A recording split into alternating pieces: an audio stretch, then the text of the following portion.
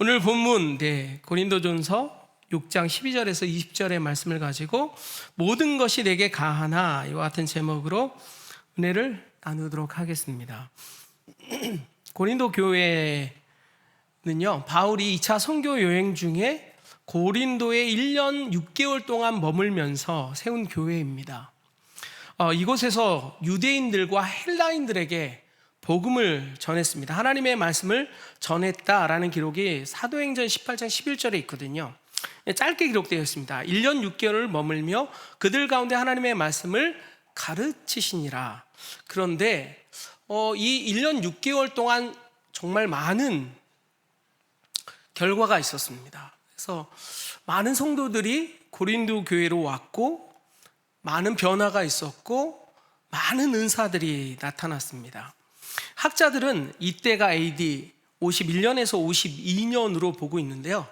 1905년도에 고고학자들이 아가야, 그리스의 아가야 그 지방의 고린도의 델피 신전에서 갈리오 비석을 발견하게 됩니다. 그 내용은 무엇이었느냐? 갈리오라는 사람이 이제 성경에 보면 그 사람이 총독으로 나오거든요. AD 51년 6월부터 52년 12월까지 로마의 속주인 아가야 지역을 다스릴 때에 갈리오가 이 사도 바울이 고린도에서 선교를 하다가 유대인들에게 감옥을 갇힌 그 고통을 겪었던 사건이 그 비문에 나오게 됩니다. 그게 내용이 사도행전 18장 12절에서 17절까지의 내용이거든요. 제가 천천히 읽어드리겠습니다. 갈리오가 아가야 총독이 되었을 때에 유대인이 일제히 일어나 바울을 대적하여 법정에 데리고 가서 말하되 이 사람이 율법을 어기면서 하나님을 경외하라고 사람들을 권한다 하거늘. 바울이 입을 열고자 할 때에 갈리오가 유대인들에게 이르되 너희 유대인들아, 만일 이것이 무슨 부정한 일이나 불량한 행동이었으면 내가 너희에게 들어주는 것이 옳거니와 만일 문제가 언어와 명칭과 너희 법에 관한 것이면 너희가 스스로 처리하라. 나는 이러한 일에 재판장 되기를 원하지 아니하노라 하고 그들을 법정에 쫓아내니 모든 사람이 회당장 소스데네를 잡아 법정 앞에서 때리고 갈리오가 이 일을 상관하지 아니하니라. 요 내용이 어디 있었어요? 비문에 있었는데 그게 고고학자에 의해서 1905년에 발견됐다라는 것이죠. 그래서 이 사건이 정말 역사적인 사건이었구나 라고 고증을 하게 되었습니다. 그런데 이 바울이 고린도에서 1년 6개월 동안 머물러 때에 많은 결실을 보았습니다. 특히 이제 유수라는 청년의 집에서 이제 고린도 교회가 시작이 됩니다. 그러면서 수많은 이제 사람들이 고린도 교회로 오게 됐고 거기에 결실도 많이 맺었지만 문제도 참 많았던 교회였습니다. 왜 고린도 교회가 문제가 많았는지 지형과 문화적인 배경을 살펴보면은요 알 수가 있거든요. 당시의 패권은 로마가 쥐고 있었습니다. 그래서 로마 사회의 특징 중에 하나는 길이 되게 잘 닦여졌다라는 것인데요. 크게 로마로 가는 길이라고 해서 첫 번째 거 지도 좀 보여주시겠어요? 로마로 가는 큰 길이 있었어요. 혹시 저 보이시는지 모르겠는데 점선이 있어요. 점선 보이세요? 빨간 화살표로 제가 점선을 표시해놨는데 잘 안 보이실지 모르겠는데 점선이 있습니다. 그게 이제 육로였고요. 로마로 가는 해로가 있었습니다. 해로는 파란 화살표로 표시해놨습니다. 에게에서 돌아가는 이오니아 해로 이렇게 돌아가게 됩니다.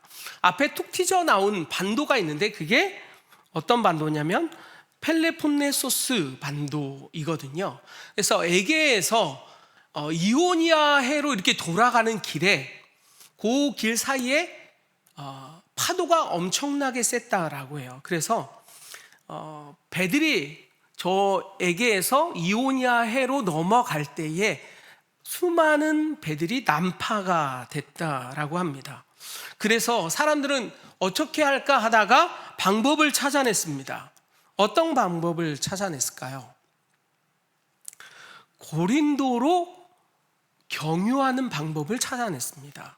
그 다음 이제 그림 넘겨주시면, 다음 그림, 저게 조금 위에서 본 고린도의 모습입니다. 그 모습인데, 이쪽 바다와 저쪽 바다가 있잖아요. 이쪽 바다가, 오른쪽 바다가 에게해고요. 왼쪽 바다가 이오니아해예요. 바다가 전혀 다른 곳입니다. 근데 그 사이에 병목처럼 되게 얇게 나와 있죠. 저 길이가 6km였다라고 해요. 6km면 저곳을 어떻게 할까? 멀리 그러면 펠레폰네소스 반도를 이렇게 돌아가느냐, 아니면 저기를 건너가느냐, 어떻게 했을까요? 저기를 육로로 삼아서요, 배를 육지로 올려서 6km라는 그 거리를 건넜대요. 그러면 의문이 들잖아요. 아니, 배가 얼마나 작았길래 저 길을 육로로 저렇게 옮길까? 그런 의문이 되잖아요. 저런 무식한 방법을 굳이 선택해야 될까? 그런데 여러분, 고린도의 시민이 20만 명이었대요. 그런데 노예가 몇만 명이었을까요? 그때 당시에. 여러분 한번 상상해 보세요. 시민이 20만 명이래요. 노예는 몇만 명이었을까요? 네? 10만. 네, 좀 더 쓰세요. 네, 20만? 네, 30만? 40만. 네, 시민이 20만 명인데 노예는 40만 명이었대요. 그러니까 멀리 돌아가다가 배를 난파되는 것보다는 노예가 많으니까 그 노동력으로 육지에서 저쪽 바다로 이동시키는 게 더 값이 쌌다라는 거예요. 노예가 많으니까. 물론 이제 노예를 사는 값은 좀 달랐겠지만 노예가 한번 이동시키고 죽는 건 아니잖아요. 그러니까 이쪽 바다에서 저쪽 바다로 육지로 배를 옮겼다라는 거예요. 그러면 어떻게 됩니까? 어떻게 될까요? 거기에 수많은 배들이 그 에게해를 거친 파도가 있는 그 배를 가지고 가다가 난파되고, 또한 시간이 오래 걸리는 것보다 차라리 거기에 도착해서 일찍 넘어가는 게 낫다라고 다들 생각했겠죠. 그러니까 이곳에 어떻게 돼요? 사람들이 많이 모이기 시작했습니다. 그래서 요즘은요, 이제 운하가 이제 세워졌습니다. 저기가 빨간 게 보이세요? 거기를 운하로 뚫었어요. 이제 파란 화살표는 갱그리아 항이라는 항구 도시고요. 빨간 쪽에는 레키움이라는 항구 도시거든요. 저기를 요즘은 어떻게 했느냐? 아예 뚫었어요. 한번 그 다음 사진 보시면 저렇게 운하를 만들었어요. 왜 우리가 유명한 스웨지 운하나 파나마 운하를 기억하시겠지만 고린도에도 운하가 있습니다. 저렇게 뚫어서 배를 통과시키면 굳이 많이 안 돌아가도 되는 거예요. 로마로, 그래서 잔잔한 파도와 함께 로마로 가는 길이 열려지게 되는 것이죠. 그러면 어떻게 될까요? 사람들이 이 고린도에 수많은 사람들, 수많은 배들, 수많은 인종들이 모이게 되는 그런 결과가 나타나기 시작했습니다. 그러다 보니까 수많은 부가 거기에 축적되어지기 시작했다라는 것이죠. 그 무역항은 국제무역항이 됐고요. 거기에 다양한 노예와 그 다양한 노예에 따라서 인종들이 모이니까 거기에 수많은 종교들이 모여지기 시작했고요. 또한 이 고린도는 바로 옆에 도시가 아테네였어요. 아덴이었거든요. 바울이 고린도를 어떻게 돌아오게 되냐면 아덴에 복음을 전하다가 나중에 데살로니가에서 복음을 전하다가 유대인들의 깡패를 동원해서 바울을 잡으려고 했거든요. 그래서 도망해서 또 도망하고 또 도망해서 아테네에서 복음을 전하는데, 잠시만요.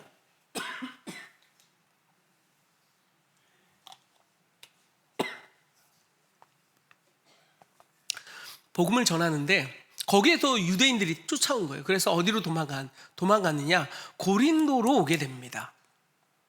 근데 아테네가 바로 옆에 도시였으니까, 아테네는 무엇으로 유명할까요? 철학의 도시이자 신의 도시가 있잖아요. 신. 올림푸스 경기도 아테네에서 했었죠. 그것으로 유명한 도시였는데 바로 고린도에서도 그 영향이 있다 보니까 철학과 그 다음에 교육에 대한 굉장한 지대한 관심이 있었습니다. 그래서 여기에 기록에 의하면 대학이 세워졌다라는 기록이 있어요. 레토릭, 특히 수사학 같은 말을 잘하게 훈련시키는 그런 대학교가 있었다라는 거예요. 또한 여기에 수많은 인종들과 많은 사람들이 오기 시작하자 신전들이 많이 있었거든요. 12개의 신전이 있었다고 합니다. 그래서 이 고린도에는 대표적으로 항구 도시였잖아요. 그래서 주로 주신이 뭐냐? 포세이돈이라는 신이 있었고요. 또한 아프로디테라고 해가지고 사랑의 여신이 아프로디테거든요. 그런 이런 신전들이 굉장히 많았었다라고 해요. 특히 아프로디테의 신전에는 거기에 여사제가 무려 3,000명 정도가 있었다라고 해요. 여자 무엇인가? 제사장인 거죠. 사제가 있었는데 그 여자 사제가 낮에는 그 신께, 아프로디테 신께 제사를 드리고 밤에는 무엇을 하느냐? 밑에 도시로 내려와서 남자들과 섹스를 즐겼습니다. 왜 그랬냐면 하늘의 신과 땅에 있는 사람들이 만난다라는 의식하에 서로 음행을 했습니다. 그래서 이 고린도에는요, 수많은 이런 여자 사제들이 음행을 했기 때문에 수많은 남자들과 이 전체적인 고린도의 분위기는 이 성적인 문란함이 매우 짙었습니다. 그래서 헬라어에 아예 코린도조마이라는 단어들이 쓰여지게 됐는데, 부도덕하다, 간음하다, 고린도에 관한 낱말은 굉장히 많았습니다. 고린도의 창녀, 고린도인처럼 산다라는 뜻은 음란하게 산다, 고린도인처럼 말한다라는 얘기는 아까 이야기했던 것처럼 말을 잘한다, 수사학을 배웠다라고 했잖아요. 또한 고린도전서 9장 24절에서 27절에 이런 말씀이 있거든요. 여러분이 잘 아시는 말씀이에요. 운동장에서 달름질하는 자들이 다 달릴지라도 오직 상을 받는 사람은 한 사람인 줄 너희가 알지 못하느냐? 너희도 상을 받도록 이와 같이 달름질하라. 이기기를 다투는 자마다 모든 일에 절제하나니 그들은 썩을 승리관을 얻고자 하되 우리는 썩지 아니할 것을 얻고자 하노라. 왜 이런 말씀을 드렸냐면, 달리는 자마다 뭘 해요? 절제를 한다는 거죠. 여러분, 운동선수가 1등이 되기 위해서는 어떻게 해요? 우리나라 선수들 알고 있지 않습니까? 수많은 사람들이 올림픽에 나가서 1등 하길 위해서 어떻게 합니까? 절제를 합니다. 그거를 바울이 본 거예요. 그런데 고린도에도 올림픽처럼 굉장히 성대하게 여는 체육제전이 있었거든요. 아테네에서 그 체육제전을 벌인 것을 올림픽이라고 했고요. 고린도에서 체육제전을 벌인 것을 이스미안 경기라고 했습니다. 2년마다 이 이스미안 경기가 벌어졌는데 많은 사람들이 나와서 각자 그 도시를 위해서, 도시 국가를 위해서 체육대회를 했어요. 그리고 가장 1등 하는 사람에게 면류관을 씌워줬거든요. 그런 사람들이 자기가 1등 하기 위해서 수많은 절제하는 모습을 보고 인내하는 모습을 봤다라는 것이죠. 그래서 바울은요, 두 가지의 이제 배경에 의해서 절제하라고 가리킵니다. 첫 번째는 무엇이냐?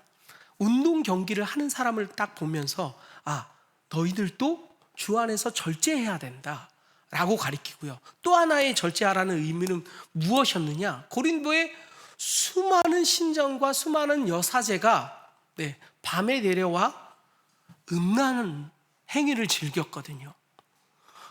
그것이 전 도시에 깊게 배어 있자 그 사람들이 나중에 어디로 자연적으로 들어오게 돼 있어요?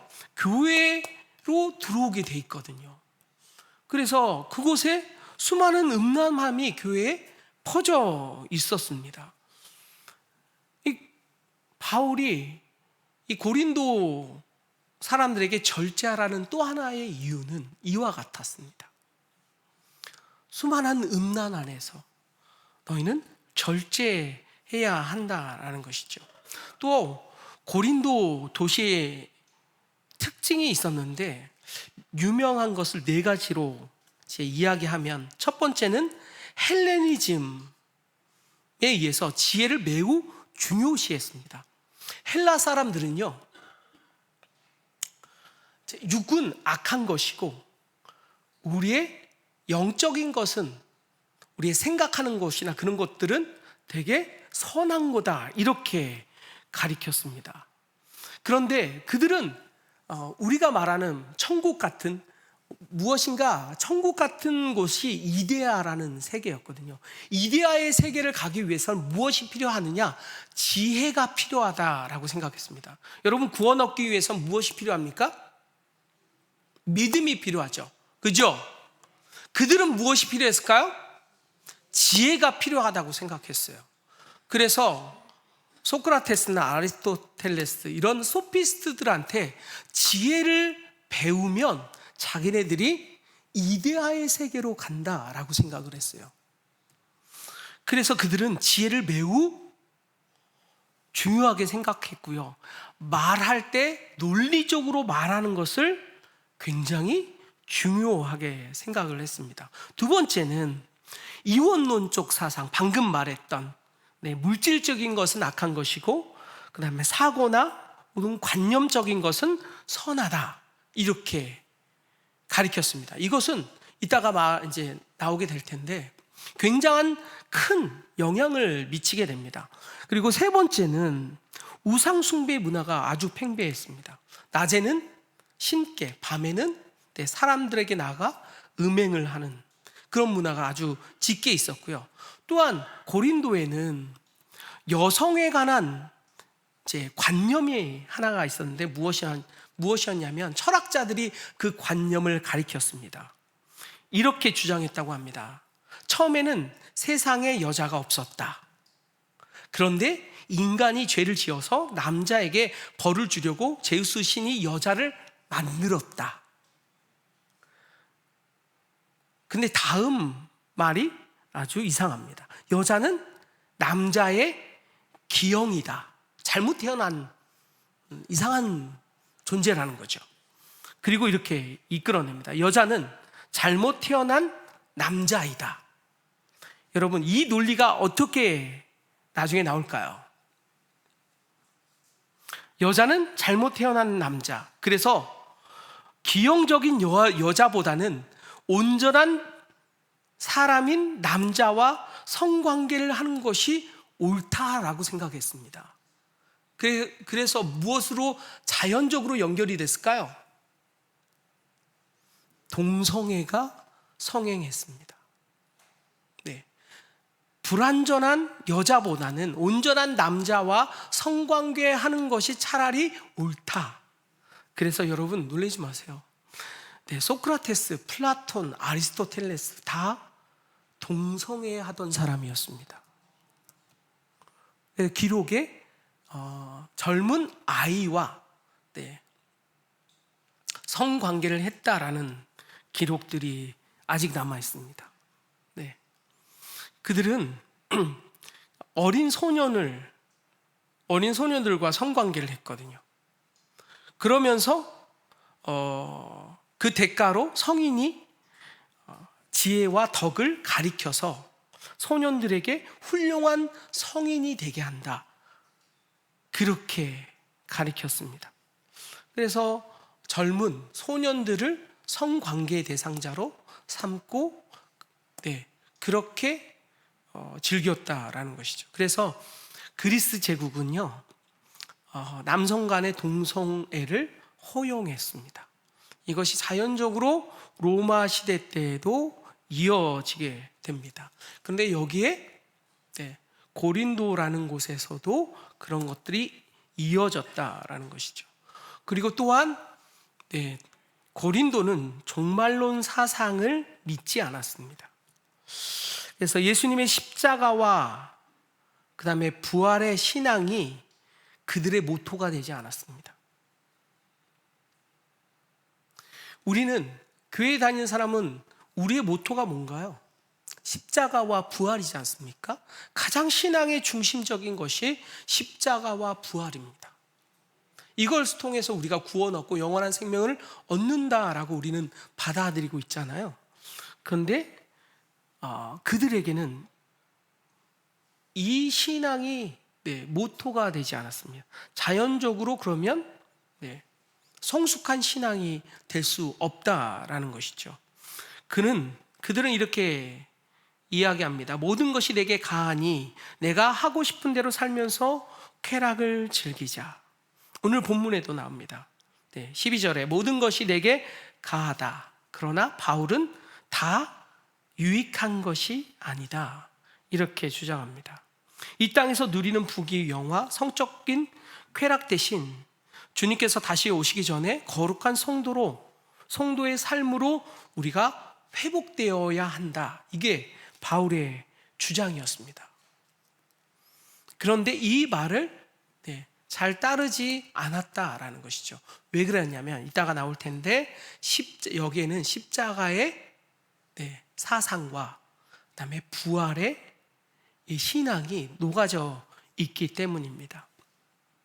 오늘 본문에 보시면 12절에 모든 것이 내게 가하나 다 유익한 것이 아니요 모든 것이 내게 가하나 내가 무엇에든지 얽매이지 아니하리라.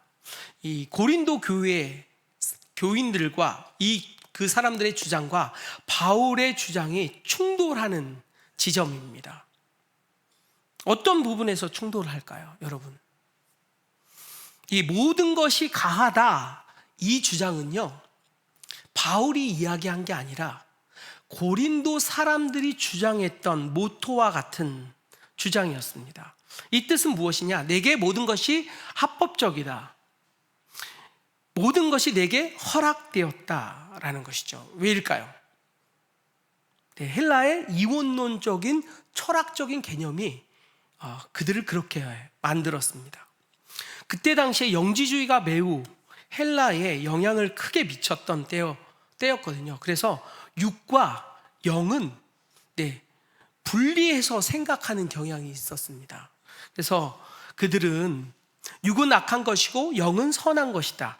그래서 우리의 자아의 실체는 영에 속해져 있다. 육은 결국 내가 아니다.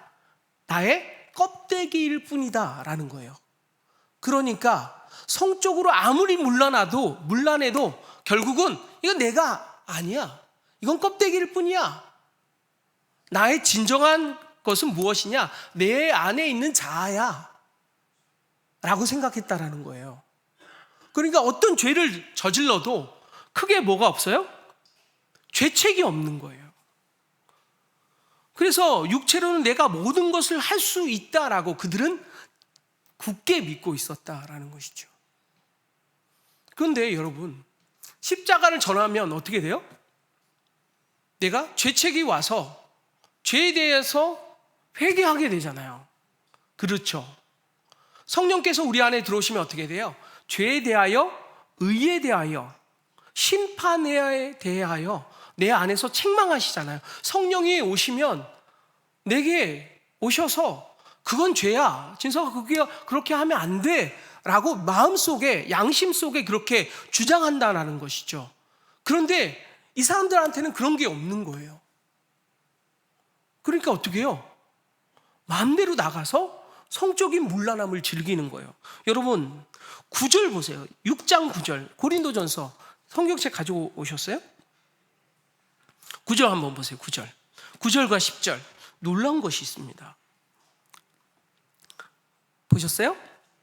불의한 자가 하나님의 나라를 유업으로 받지 못할 줄을 줄을 알지 못하느냐. 미혹을 받지 말라. 음행하는 자나 우상 숭배하는 자나 간음하는 자나 탐색하는 자나 남색하는 자나 도적이나 탐욕을 부리는 자나 술 취하는 자나 모욕하는 자나 속여 뺏는 자들은 하나님의 나라를 유업으로 받지 못하리라. 왜 이런 얘기를 할까요? 고린도 교회에 이런 사람들이 들어왔다라는 것이죠.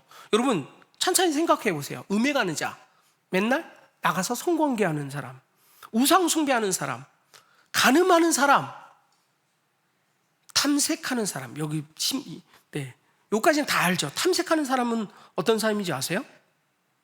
탐색하는 자, 몸을 파는 남자를 가리킵니다. 아까 말씀드렸죠. 어린 아이가 성인과 성관계를 했다고. 성인 남자하고. 네. 그런 사람을 탐색하는 자라고 합니다. 그 어린 아이를 찾는 사람이나 자기가 자기 몸을 동성에게 맡기는 사람.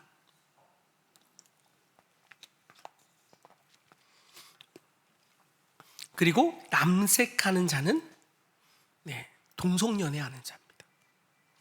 이런 사람들이 여러분 생각해 보세요. 순복음 도봉교회에 한 명씩만 있다고 쳐봐요. 음행하는 자, 우상 숭배하는 자, 간음한 자, 탐색하는 자, 남색하는 자, 도적, 탐욕을 부리는 자, 술 취한 자, 모욕하는 자, 속여 빼앗는 자, 사기꾼. 어느 날 남자가 반바지를 입고 왔는데 거기에 전자발찌를, 검은 전자발찌를 차고 왔다고 생각해 보세요. 순복음 도봉교회. 그럼 어떻게 될까요? 난리가 나죠. 근데 이 사람들이 어디 들어와 있다는 거예요? 지금 고린도 교회에 들어와 있다라는 것입니다. 그들은 어떻게 주장해요? 모든 것이 내게 가하다 라고 주장하는 거예요. 그들의 이원론적 사상에 의해서. 이거 바울이 지켜보면서 너무 어이가 없는 거예요. 고린도전서 5장 1절에 가보시면 어떤 말씀이 있느냐, 이런 말씀이 있습니다. 너희 중에 심지어 음행이 있다 함을 들으니 그런 음행은 이방 중에서도 없는 것이라 누가 그의 아버지 아내를 취하였다 하는도다. 바울이 에베소 교회에서 사역을 하고 있을 텐데 고린도 교회에서 충격적인 사건을 들었어요. 그게 뭐냐? 아버지의 아내를 자식이 취했다라는 거예요. 생모는 아니겠죠. 첩이나 혹은 뭐죠? 대신 엄마를 삼는 걸 뭐라고 그러죠? 갑자기 그 단어가 생각이 안 나네요. 네. 하여튼 그런 일이 벌어지기 시작했다라는 거예요. 그래서 바울이 충격을 받은 거예요. 아니, 이런 사람이 교인으로 들어와 있는 거예요. 그런데 교회가 그것을 꾸짖고 징계하지 않는 거예요. 뭐라 하지 않는 거예요. 그럴 수 없다라는 것이죠. 바울이 그걸 보고 충격을 받은 거예요. 그러면서 오늘 내용이 나옵니다. 바울은 이렇게 주장한 거죠. 뿐만 아니라 그들의 주장, 모든 것이 가하나 모든 것이 내게 가하다 뿐만 아니라 내가 그리스도를 예수님을 만난 다음에 무엇을 느껴요? 죄에 대한 죄책이 사라지게 되잖아요. 여러분 구원 받으셨어요? 그러면 무엇이 사라져요? 내 안에 죄로 인하여 나를 짓누르던 그 죄와 그 다음에 나의 죽음에 대한 두려움이 사라지게 됩니다. 왜요? 예수 그리스도의 십자가와 부활의 은혜가 그것을 깨닫게 해주거든요. 거기에서 자유함을 받았는데 지금 오늘 본문이었던 모든 것이 내게 가하다라는 것은 고린도 교회의 모토이기도 했지만 또한 바울의 주장이기도 했습니다. 모든 것이 가하다라는 뜻은 내가 그리스도 안에서 십자가와 부활을 경험하게 되니 나는 나를 얽매던 것이 사라졌다라는 것입니다. 구주로 내가 예수 그리스도를 구주로 영접하는 순간 내게 자유함이 임했다라는 것이죠. 그런데 죄를 지을 수도 있는 자유함, 죄를 안 지을 자유함, 그 자유함이 자기한테 주어져 있다라는 것을 아는 거예요. 그래서 그는 또한 그렇게 주장하는 거예요. 모든 것이 내게 가하다. 그러나 다 유익한 것은 아니다. 내가 그 자유를 맘대로 쓰면 유익하느냐? 유익하지 않다라는 거예요. 어떻게 하라는 거예요? 남에게, 특히 그리스도인 몸인 교회의 유익을 위해서 나의 자유함을 써야 된다라는 것이죠. 여러분, 예수를 믿은 다음에 여러분 어떻게 되었어요? 그 전까지는 큰 재책이 없었어요. 그런데 내가 예수 믿고 난 다음에 무엇인가 그걸 찔려.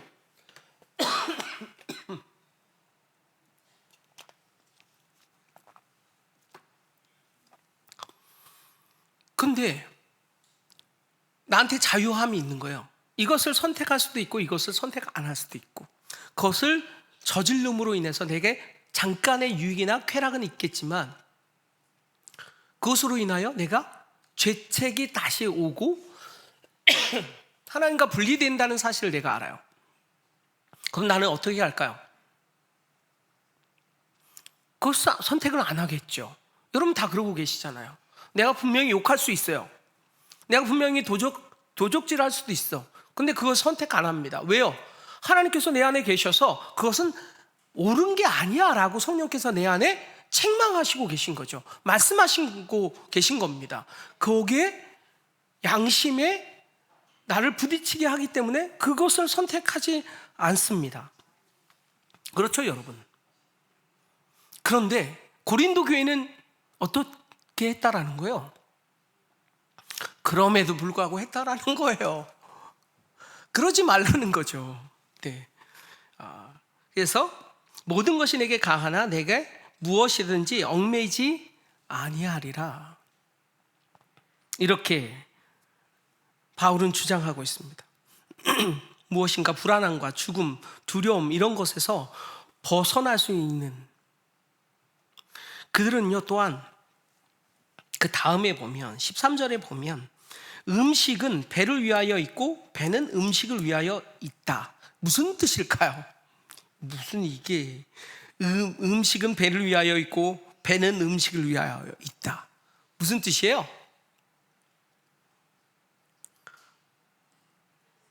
음식은 배를 위하여 있다. 만족감을 누린다는 뜻이에요. 네. 그 사람들은 풍요로웠잖아요. 그래서 많은 신전에 가면 축제를 열고 훌륭한 음식, 특별한 음식을 많이 내놨거든요. 거기 가서 그냥 즐기는 거예요. 그런 음식들과 그 다음에 그런 문화들을. 네. 또한 여러분 에피쿠로스 학파라고 아세요? 그들이 주장한 게 뭐였냐면 인간은 철저하게 물질적인 결합이라고 생각했어요. 인간의 죽음은 뭐냐? 그 물질적인 결합이 해체됐다. 이런 것이 에피쿠로스 학파의 주장이었어요. 그래서 인간의 감정에서 오는 불안함, 뭔가 두려움, 죽음, 이것을 벗어날 수 있는 길은 무엇이냐? 쾌락을 선택하는 길밖에 없다라고 그들은 주장했습니다. 그래서 뭘 해요? 본능에 맡기는 거예요. 몸을 즐기는 거. 그래서 어떻게 해요? 폭식을 취하는 거예요. 여러분, 맛있는 음식 먹을 때 즐겁잖아요. 그죠? 여기 끝나고 맛있는 음식 먹으러 갈 거잖아요. 그잖아요. 네. 왜요? 그렇게 이제 그게 즐거운 거죠. 또한 음란함을 즐기는 것도 그렇다라는 것입니다. 그렇게 뭔가 양심의 가책을 느끼지 않고 살았다라는 것이죠. 그래서 이 영주주의와 에피쿠로스 학파의 쾌락주의가 이 고린도 교회에 침투해 들어왔다라는 것이죠. 그럼에도 불구하고 바울은 어떻게 해요? 14절, 하나님이 주를 다시 살리셨고 또한 그의 권능으로 우리를 다시 살리시리라. 13절에 오직 주를 위하여 있으며 주는 몸을 위하여 계시느니라. 이 말뜻에 무엇이냐? 예수님은 여러분의 죄와 허물 때문에 육신을 입고 죽으셨다라는 거예요. 네. 그러니까 이원론 사상에서 주장하는 몸과 영혼은 분리된다 이렇게 주장했잖아요. 그런데 예수님은 우리의 영혼을 살리기 위해서 어떻게 했어요? 육신을 입고 십자가에서 죽으셨다라는 거예요. 그러니까 바울의 주장은 영혼이 나중에 분리되는 게 아니다라고 주장하는 거예요. 이해가 되십니까? 네, 되시죠? 여러분들의 죄와 허물 때문에 예수님이 육신을 입고 죽으셨고 또한 부활하셨다라는 것이죠. 그래서 우리는 영혼을 분리해서 우리의 육신은 마음대로 굴려도 돼, 그렇게 주장하는 것은 옳지 않다라고 얘기하는 거예요. 지금 아시겠죠? 그러니까 십자가와 부활은 여기에서도 적용이 되는 거예요. 여러분, 날마다 살 때 우리가 무엇을 경계로 살아야 될까요? 우리가 무엇을 통하여 바라봐야 할까요? 라고 했을 때 그것은 무엇이냐? 십자가와 부활이라는 것입니다. 여러분, 그들이 쾌락을 즐겼던 육체, 그것을 십자가와 부활로 투영하니 그것은 옳지 않다라고 이야기하고 있는 것입니다. 여러분, 무엇을 행할 때 그 십자가, 예수님의 십자가와 부활이 이 행동에 있어 옳은가, 그른가, 그 삶에 우리의 신앙의 기준대가 되어야 한다라는 것이죠. 무엇을 먹을까? 무엇을 마실까? 그것 또한 십자가와 부활로 인하여 우리가 그것을 통하여 살펴볼 필요가 있다라는 것입니다. 예수님은 몸과 영혼은 한 인격적인 관계로 봤습니다. 그래서 몸의 음행을 행하는 것은 무엇이에요? 옳지 않다라고 하는 거예요. 우리는 영혼육이 있잖아요. 혹은 영과 육이 있죠. 2분설이든 3분설이든. 근데 이것이 인격적인 관계로 되어 있다라는 거예요. 그래서 몸이 음행을 하면 되느냐? 안 된다라는 것이죠. 그래서 자유는 죄로부터의 자유이거든요. 무엇으로부터 얽매여 있느냐? 우리가 죄로부터 얽매여 있다가 죄를 거부할 힘을 어떻게 얻었냐면 예수님의 십자가와 부활 사건으로 의를 선택할 수 있는 힘이 생겼다라는 거예요.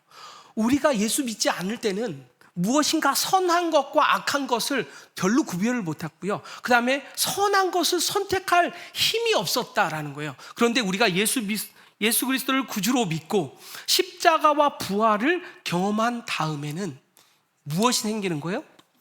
의와 죄 가운데 무엇인가 선택할 힘이 생겼다라는 것이죠. 근데 바울은 무엇을 선택하는 거예요? 자기가 할 수 있음에도 불구하고 죄를 범할 수 있고 자기가 편할 수 있음에도 불구하고 그것을 선택하지 않고 무엇을 선택한다는 거예요? 자기는 십자가와 부활을 선택한다라는 것이죠. 이제 예수를 구주로 고백하는 사람들은 내가 그리스도의 몸인 것을 기억해야 합니다. 예수님께서 우리를 위하여 죽으셨잖아요. 또한 우리는 예수 그리스도의 한 지체가 된 거예요. 우리가 지체라고 말하죠. 누구한테 누구를 가리켜 저 지체는 이렇게 이야기하잖아요. 저분은 뭐예요? 예수 그리스도의 또 하나의 지체가 되는 거예요. 전체가 우리 순복음 도봉교회 모든 성도들이 전체가 뭐가 되는 거예요? 그리스도가 되는 거예요. 예수님의 몸이 되는 것입니다. 그러면 한 그리스도의 지체에게 내가 위해를 가한 게 옳을까요? 그렇지 않다라는 것입니다. 그것을 지금 누구에게 깨우쳐주고 있는 거예요? 고린도 교인들에게 바울은 지금 깨우쳐 주고 있는 것입니다. 그렇게 행하지 말라라는 것이죠. 여러분도 여러분의 삶 가운데 충분히 많은 선택의 기로가 놓여 있죠.